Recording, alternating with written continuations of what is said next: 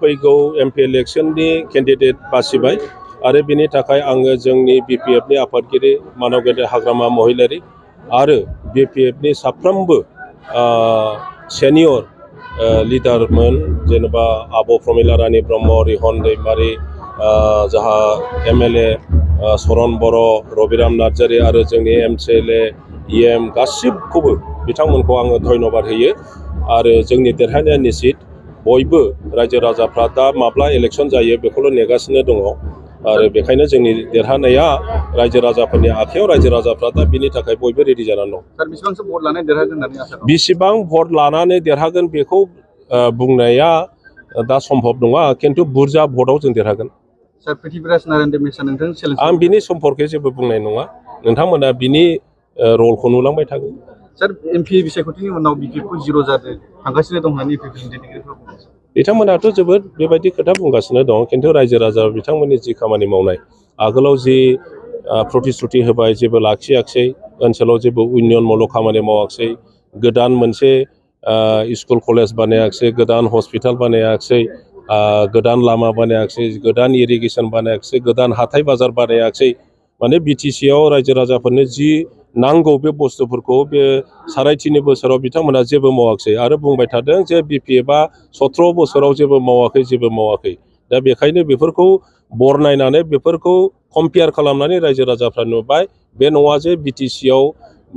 मेगन गुनु मानसि गैया थगायब्लानो जायो बिदि नङा इउपिपिएलआ बेखौनो सानदोंमोन जे थगायजागोन आगोलाव थगायबोनो हानायखाय दाबो थगायबाय थानो हागोन बेखौ सानदोंमोन खिन्थु रायजो राजाफ्रा दा थगायजाया बेखायनो बिथांमोना दा बे थगायनायखौ बुजिजोबनानै इउपिपिएलनो भट होआ। सार क'क्राझार लकसभा बिभागनिफ्राय कंग्रेसनिफ्राय गौतम मुसाहारि आरो इउपिपिएलनिफ्राय एक्जिस्टिं एमएलए जयन्त बसुमतारीखौ होदों सोर सासे केन्डिडेटजों माने टक्करा जागोन होनना सानो सार? टक्कराथ' नोंथांमोनहा नाय इउपिपिएल बिजेपि आरो जिएसपि मोनथाम दलोआ ज' नङा होमबा एलायन्स गभर्नमेन्ट दादों बिटिसिआवबो सरकार आसामावबो सरकार आरो बिथांमोननि जि कमन केन्डिडेट इउपिपिएलनि केन्डिडेट बेनो जोंनि